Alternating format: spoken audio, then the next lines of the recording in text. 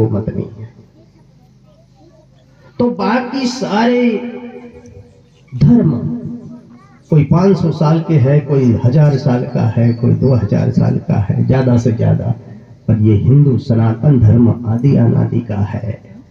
और इतना आनंद तो बस हिंदू सनातन धर्म ही दे सकता है, दूसरा नहीं दे सकता। कोई वोटिंग के लिए तुम्हें गुमराह कर देगा, कोई कुछ स्वार्थ दे के कर देगा, पर आत्म कल्याण तुम्हारा कोई धर्म नहीं कर सकता। तुम्हारा जीसस का इतिहास देखो, जिसको कीर्तन कहते हैं, कोई ज्यादा इतिहास नहीं। और इनका इतिहास तो ये बताता है, आचार्य महापुरुष रजनीश तो ये कहता है कि 13 से 30 या 35 साल तक उस बाइबल में उसका उल्लेख ही नहीं है, यीशु का उल्लेख नहीं है। जब उल्लेख है तो हमारे राम के उल्लेख है, तो बचपन से लेकर समाधि तक, स्वर्गवास तक उनका उल्लेख है। पर ये यीशु का 13 से तो 30-35 साल तक कोई उल्लेख नहीं है। फिर इतने साल तक कहां गए थे वो? आचार्य रजनीश कहते हैं कि इतने साल के अंतर्गत वो भारत भ्रमण करके भारत का ज्ञान ले रहे थे, सनातन धर्म का, सनातन धर्म का ज्ञान ले रहे थे घूम फिर के। ये बुद्ध 500 साल चले गए थे, बुद्ध को जाने को 500 साल हुए थे। 500 साल के बाद यीशु 17 साल तक भारत में भ्रमण किया और यहाँ का ज्ञान लेकर फिर यहूदी को जाकर उन्होंने ये नकल करके बताई। देखते हैं ना, माल कोई दूसरे का रहता है, कहीं कहीं लोग लेबल अपना लगाते, समझ रहे हैं? तो यीशु के पास जितना माल है वो भारत का सनातन है, पर वहां यहूदी में जाकर वो अपना लेबल लगा लिया। तुम कहां जा रहे हो, किस दिशा में जा रहे हो? सोचो मेरे भाई, अभी इतिहास हमको मालूम नहीं है, बस केडोकाया के चालिया की चालिया आमा तीन चालिया देख की जाई रे, जरा वी ले जा आगाड़ी खड्डो है कि काई है काई नहीं, है ना? ये सनातन धर्म है जिनका इतिहास नहीं है, जो चोरी चोरी से यहाँ कर सारा उपदेश ले जाकर, हाँ, प्रेम की परिभाषा बाहर देश में जाके करना अपना लेबल। प्रेम की परिभाषा केवल भारत कर सकता है, भारत के संत कर सकते हैं, सनातन धर्म कर सकता है, बाकी दूसरे की ताकत नहीं। हाँ, नकल कर सकते हैं दूसरे, नकल के अलावा कुछ नहीं। पर नकल करके सबसे बड़ी बुरी बात तो यह है, नकल भारत की और लेबल उनका खुद का, और फिर हमारी जादू की नगरी में आके हमको ही जादू दिखाने का, कितनी बड़ी शर्म की बात है। और हम कितने बेवकूफ, एक आधी रोटी के लिए, पोतड़े के लिए कुछ भी करते।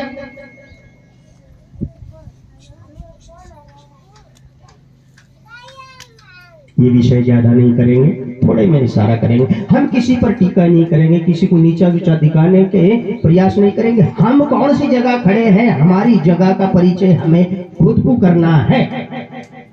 कौन क्या है, कौन क्या है, हमें नहीं लेना देना। हाँ, ये जो इतना दावा करते हैं कि यीशु जिंदा हो गया था, जिंदा नहीं, उसको गुफे से उनके जो चालाक लोग थे वो भगा कर ले गए थे। यहाँ का प्रचार वो जब वहां जाकर कर रहे थे ना, तो उन लोगों को पता नहीं, इसलिए सब मिलकर उनके हाथों में पैरों में खिल्ला ठोक दिए। और जिनके हाथों में खिल्ला ठोक दे वो तुम्हारा रक्षा क्या कर सकता है?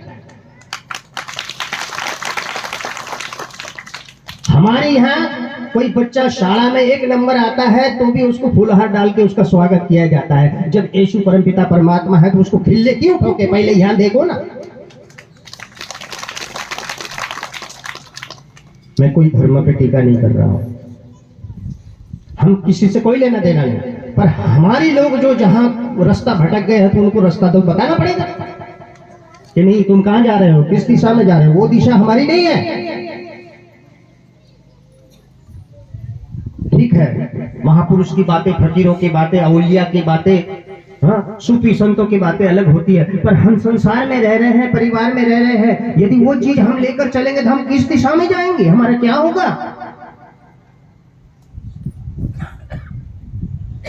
वहां पर भगा लेकर, क्योंकि ये ढीला ठोकने का, जैसे फांसी देते हैं ना, सूली पे चढ़ाते हैं ना, वो सजा है।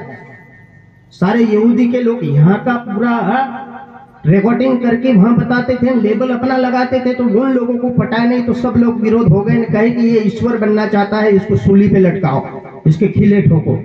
और वहां का नियम ऐसा था, 48 घंटे तक खिले पैर में हाथों में ठोक के लटकाए रखते थे। उसका एक कारण था कि हाथों में पैरों में एक एक बूंद खून टपकेगा, पूरा खून खत्म हो जाएगा और अपने आप मर जाएगा, उसका ये कारण था। पर इसको 6 घंटे से उतार लिए, 6 घंटे के बाद उतार लिए, सुबह और देने वाले थे, सूली पर लगाने वाले थे, पर इनके चालाक लोगों ने, इनके चमचों लोगों ने गुफा से उनको भगा लिया।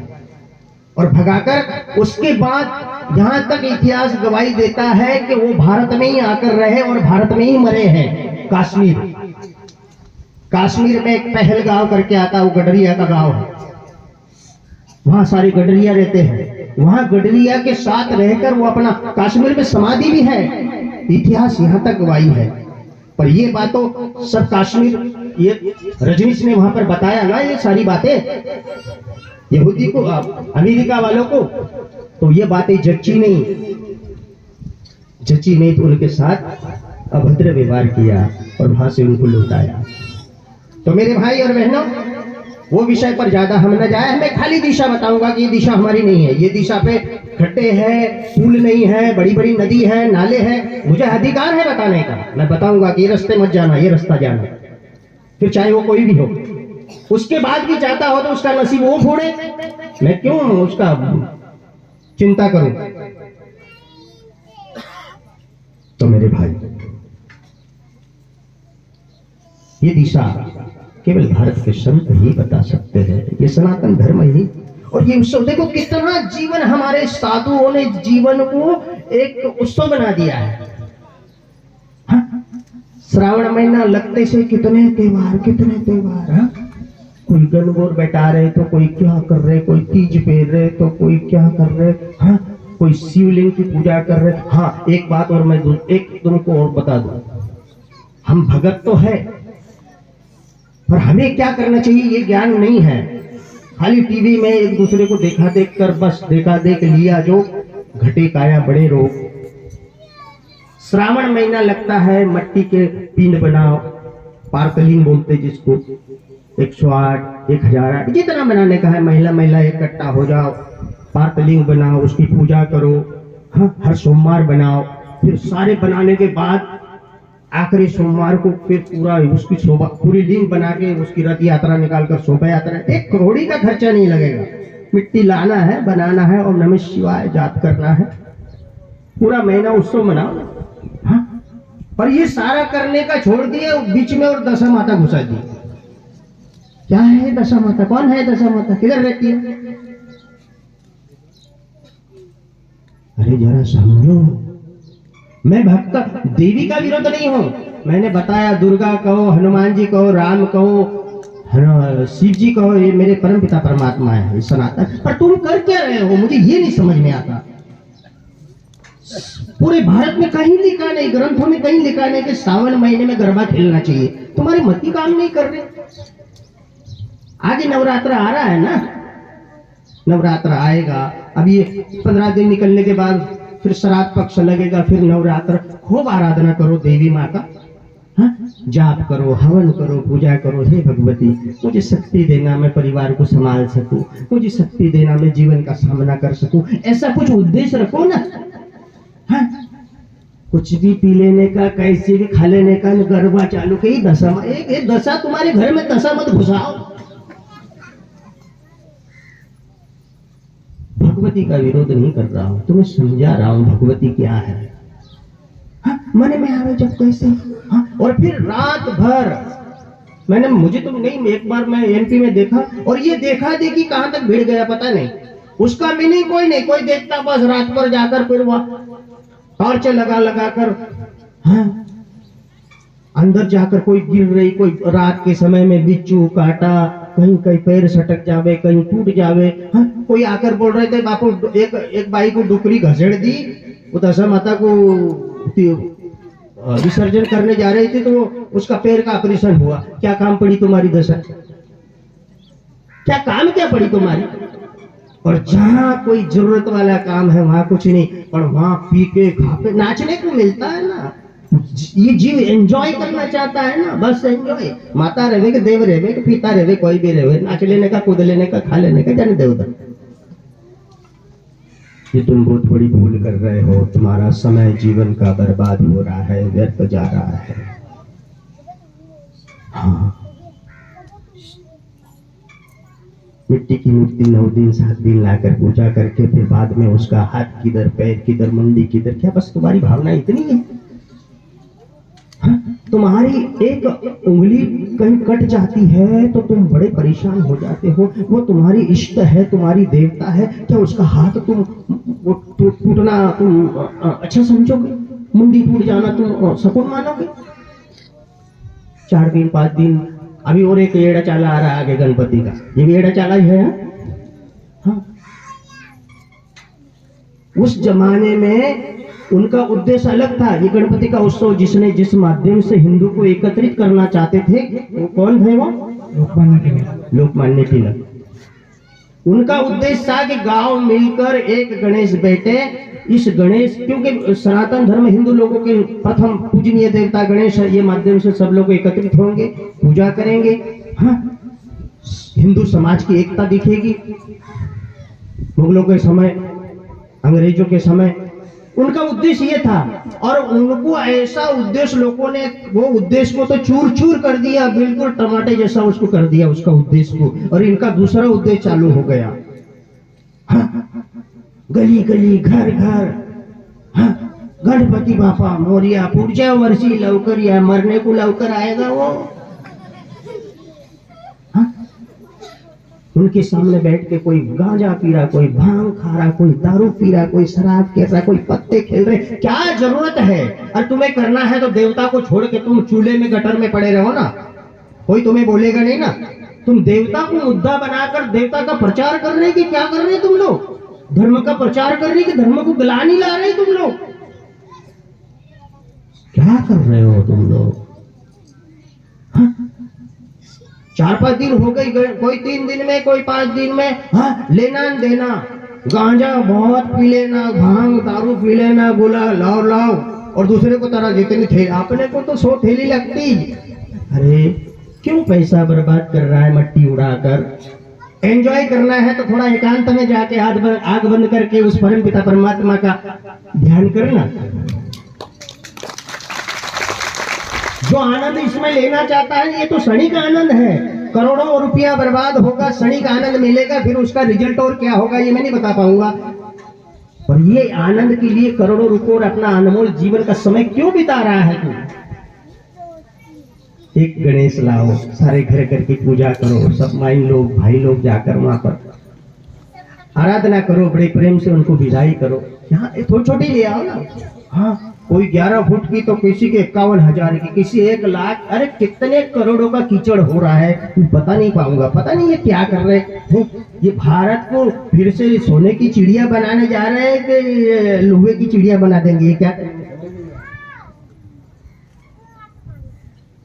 तो मेरे युवा मंडल, युवा पीढ़ी के लिए ये बातें बहुत जरूरी है समझना। कौन क्या कर रहा है, क्या वो करना जरूरी है? कहां लिखा है ऐसा? कहीं नहीं लिखा है। ये हम सारी बातें देखा देखी करते हैं। टाइम हमें कहां है जो शाश्वत को हम खोजे? सुबह ब्रह्म मुहूर्त में उठ जाए, गुरु ने जो नाम दिया है वो नाम का सुमरण करे, थोड़ा ध्यान लगाए, मन को एकाग्र करे। हाँ, कुछ उस शक्ति को, परम पिता परमात्मा की शक्ति जो सर्वत्र बसी हुई है, उनको जानने का प्रयास करे, समझने का प्रयास करे। इतना टाइम है नहीं, देखा देखी बस। हाँ, कई लोगों को तो मैं देखता हूँ, विचार करता हूँ। मैं ये नहीं कहता काम नहीं करो, धंधा नहीं करो, तुम ये नहीं करो, तुम सब करो, पर तुम्हारा कुछ लक्ष्य तो होना चाहिए। लक्ष्य तो कुछ ही नहीं है, खाली भाग रहे, इधर के पाइप उधर फेंको, उधर की मोटर उधर ले जाओ, इधर की गाड़ी उधर भेजो। मुझे समझ में नहीं आता ये करते क्या है क्या, क्या कर रहे हैं। और ऐसे करते करते फिर अचानक डपड़ा बजता, अचानक बजता, फिर क्या, तो फलानो ने बेचारो तो काही गोटके अरे हा काल मेल लोखंड भरमता पाईप ने ते काय आणलो तो दुकानात मेंढवाल काय गोटके। ऐसे करते करते बेचारा भाल के कब चले जाते मालूम नहीं पड़ता। तुम आए क्यों, जरा सोचो ना, क्या यही करने के लिए आए? तुम नहीं होते तो ये नहीं होगा, तुम नहीं आते तो ये काम रह जाता। तुम कर क्या रहे हो? ठीक है, जिसने परमात्मा ने जो क्षेत्र में, जिसने परमात्मा ने जो जवाबदारी जिसने तुमको दी है वो जवाबदारी निभाओ, पर हमारा लक्ष्य कुछ और है, उस पर विशेष ध्यान रखो मेरे भाई और बहनों। कमाना, खाना, दौड़ना, मेरी इतनी गाड़ी, करोगे क्या? मुझे ये तो बताओ, क्या करोगे तू? चल थोड़े दिन के लिए मान ले कि तू जहां नोट छपती उसका मालिक तू है, थोड़ा समय के लिए मान ले, आंखें बंद करके बैठ कि वो कंपनी का जहां नोट बनती उसका मालिक मैं हूं। अब जहां नोट कहीं इतनी उतनी बनती होगी, मान ले कि उसका मालिक मैं हूं, क्या करेगा बोल? क्या होगा फर्क? बिना पैसे की जरूरत है, मैं नहीं बताऊंगा, मेहनत करना पड़ेगा, पीछे परिवार लगा है, पर उसमें वो कीचड़ में इतना मत डूब जाओ जो अपना जीवन बर्बाद हो जाए। ऐसा काम मत करो। काम करो, पैसा कमाओ, सब कुछ कमाओ, परिवार का ध्यान रखो, हाँ, वरिष्ठ श्रेष्ठ का ध्यान रखो, हर उत्सव मनाओ। ये सारी बात करते हुए हमारे लक्ष्य को ध्यान में रखो ना, कि हमारा लक्ष्य क्या है, हम क्यों आए, क्या करना चाहिए, हम क्या कर रहे, हम किस दिशा में जा रहे। हाँ, बड़े कृपालु है मेरे सदगुरु। हाँ, ये दिशा केवल संत महापुरुष ही दे सकते हैं। और आपका हमारा सौभाग्य है जो वो उपदेश हमारे श्रवण तक आए और हमने कुछ मनन किया, हमने कुछ उस पर चला, कुछ उसकी झलक हमने पाया, वो अमृत की बूंद का स्वाद हमने चखा, और इसलिए दूर दूर से दौड़ दौड़ के यहाँ आए। नहीं तो बस तुम भी वही करते, इधर का पाइप उधर फेंक, इधर का ट्रक भर के जापान उधर भेज दे, हाँ? दूसरे राज्य में वहां से भर के यहाँ मंगा, बस करते रहे, तू देखा जाएगा जो होगा वो करते तो रहे। मेरे भाई, खूब काम करो, खूब मेहनत करो, खूब पैसा कमाओ, पर पैसा कमाते हुए भी विवेक रखो, काम करते हुए भी विवेक रखो। मेरा असली उद्देश्य क्या है? बड़े बड़े तुम लोगों को भी मालूम है कि कोरोना काल में बड़े बड़े लोग चले गए, हाँ, बड़े बड़े सत्ताधारी चले गए। क्या भारत बंद हो गया? सुषमा स्वराज चले गई तो क्या भारत बंद हो गया? अब्दुल कलाम चले गए तो क्या कुछ चल नहीं रहा है? अटल जी चले गए, इंदिरा जी चले गए तो क्या पूरा देश सो गया? हाँ? ऐसा कुछ, जब इतने सत्ताधारी के जाने के बाद भी जरा सा फर्क नहीं पड़ा, तो तू कौन सी गली में कलबला है? तेरे जाने से तो कुछ भी नहीं होगा। क्यों व्यर्थ जब जीवन गंवा रहा है? हाँ? और फिर वो करते करते पैसा कमाने के बाद फिर सबसे बड़ी बीमारी पाल लिया। कितनी बीमारी पाल लिया सबसे बड़ी? मेरे पास इतनी गाड़ी, मेरे पास इतने बंगले, मेरे इतने प्लाट, और आखिरी 3 गज जगह मिल जावे, यही शुक्रिया मान। हाँ? ये सब यहाँ का है। तू मालिक बन, रखवालदार क्यों बन रहा है यार? ये सब बोला करके होना चाहिए, धन कमाओ, खूब कमाओ, पर उसमें डूब मत जाओ और उसके माध्यम से एक ईगो पैदा मत करो।